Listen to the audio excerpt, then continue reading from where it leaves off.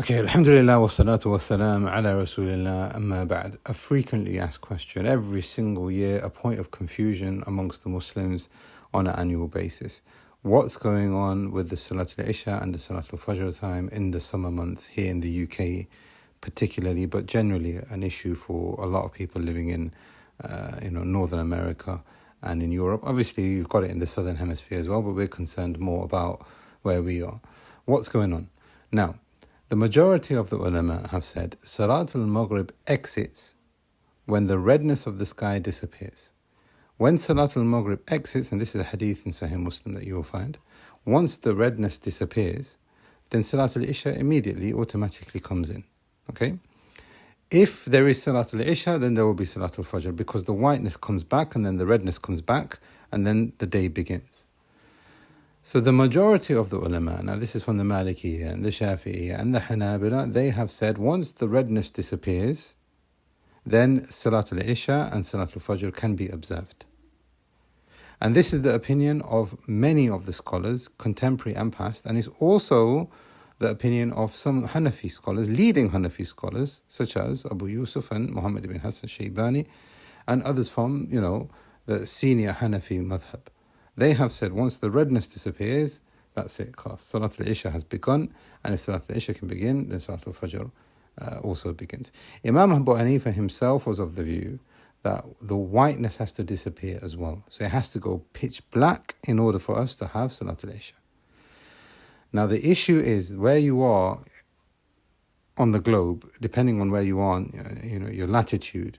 We here in Leicester, 52 degrees north. Depending where you are away from the equator, it will then determine whether that redness disappears or whether that whiteness disappears. If we go with the first opinion, then there are many scholars and many independent Islamic councils who have confirmed that the redness does disappear during the summer months, and Salatul Isha and Salatul Fajr can be observed and calculated correctly.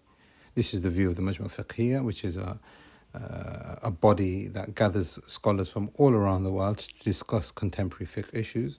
But it's also the view of independent bodies such as ISNA, I believe it stands for the Islamic Society of North America.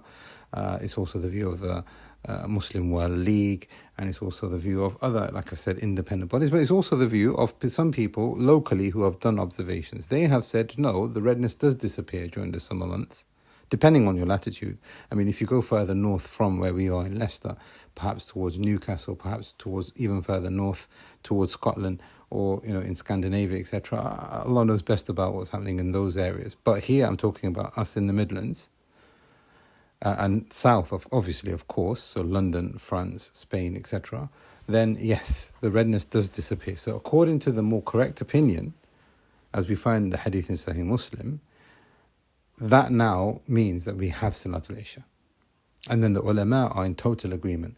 If the salawat do enter at its proper time, then you must abide by them. You can't start calculating, you can't start looking at degrees, you can't start splitting the night up, etc. No, because the observation is there.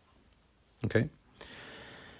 That's where the difference of opinion comes from. And that's why we have so many different timings in the UK. Now, the thing is here, from what I've noticed in Leicester, particularly Leicester, the timings are quite abnormal compared to the rest of the UK. I'm not saying this in a disrespectful manner. I'm saying this in a manner that can easily be observed when it comes to prayer timetables in London, in Manchester, etc. In Leicester, you will find people praying Salatul Fajr, for example, at 1:20, and then the sun actually rising 3, 4, 5 hours later at 4, 5 o'clock. So the sun takes 4, 5 hours to rise, but then they will pray Isha like an hour after Maghrib, so it takes an hour to set. So even if we were to go with using calculations, it seems as if the calculations seem a little bit off, and there is no consistency with the rest of the UK in this, especially with even the astronomical study of things. And we don't rely on that too much, but obviously we have to use it as a qarina, as a means for us to come to some kind of conclusion. You will also find in certain timetables the time jumping a lot in the summer months. So Salatul Maghrib consistently throughout the year goes up by 2 minutes, and then it gets to a peak, and then it goes back by 2 minutes, 3 minutes max, maybe 1 minute. So between 1 to 3 minutes. And that is correct. And again, we will use astronomy as a qarina, as supporting evidence to say, yeah, even the astronomers say that the sun can take that kind of period of time throughout the year, 2-3 minutes for it to change daily when it sets. So that's fine. But as for it rising from the dawn, from the break of dawn and until actual sunrise, you will find on certain timetables there'll be a leap, 6, 7, 8, 9, even maybe 10, 11, 12 minutes between one day and the very, very following day of Fajr and entering time. So what's going on with that? Now, the ulama from all four madhabs have said, if you cannot observe the prayer times, then what you need to do firstly is look at the pattern of when the last known prayer time was available. And then look at the period of time where you do not have observations and then work it out. So let's say, for example, there are 10 days where the sun doesn't set. Let's say, for argument's sake, the sun doesn't set for 10 days. And this now is applicable for those people in the north, like we have said, further north from Leicester, right? It is possible that the redness does not disappear for 10. Let's use 10 days as a marker. What we do know is that the last prayer time, let's say, enters in at 11:35, or even actually later than that over there in the north. Let's say 11:45, let's say midnight. And then there's a period of 10 days where we have just complete redness and it doesn't go away. And then the 10th day or the 11th day, the redness does go away because the days start reducing again. The peak of summer has now left. So what do we do during that period? What we would do, during that period is, previously we've been going up by 1 minute, previously been going up by 2 minutes. We'll continue with that pattern. And we get to day 5, and then we'll reduce that pattern. So then you can see that there is a coherency between the prayer times because we are following a particular pattern. And this is what the ulama have said. You will continue with that pattern. Therefore, having a timetable where it jumps 6, 7, 8 minutes and then another day 2 minutes and another, me personally, I've not seen anything like that from the ulama from the books of fiqh, and it definitely is not in line with the qarina that we are trying to use, which is the astronomical findings, which the astronomers would say, okay, the sun would take a period of time, and this is the pattern that it would take at its peak, and then how it begins to reduce once the summer days are over. So they said you can follow a pattern. If making a pattern is not possible, so those people further north, let's say in Iceland, in the North Pole, South Pole, where they've got 6 months of daylight and then 6 months of nighttime, then what do? What they must do then is look at the closest land to them that have prayer times, and then follow something which is similar to that, going with the pattern that we were just talking about before. So now let's say, for example, the latest sunset we've got is 10:30, 10:45, let's say. But those people, that part of the hemisphere, don't have that. They don't have daylight. Sorry, they don't have nightlight at all. It's just complete daylight for 6 months. So what they would do is take the 10:30, 10:45, obviously look at the qarina from the astronomers, look at what the scholars are saying in that place, and then come to some kind of a conclusion and say, okay, well, for us then Maghrib would be 11 o'clock, 11:15 or something similar. So the scholars have said you look at the closest, if you can't create a pattern, then you look at the closest Muslim country. If that is not possible, then you divide the night. So if it's not possible for them to do that, then they would divide the night. So say, for example, they will say, okay, 10 o'clock, we'll pray Maghrib, 12 o'clock, we'll pray Isha, then 2 o'clock, we'll pray Fajr, and we'll have that as a division that is set. And it is again trying to come to some kind of pattern in consistency with the closest Muslim land that is nearest to them. So this is what the scholars have said when it comes to the book of fiqh. Then you've got the astronomical side of it, where people are using 18 degrees, people are using 12 degrees, some people are using 13 degrees. What's the degree thing about? Now, I've not got a presentation, obviously you can just hear my voice on this, but if you can imagine the equator, and then you've got the sun.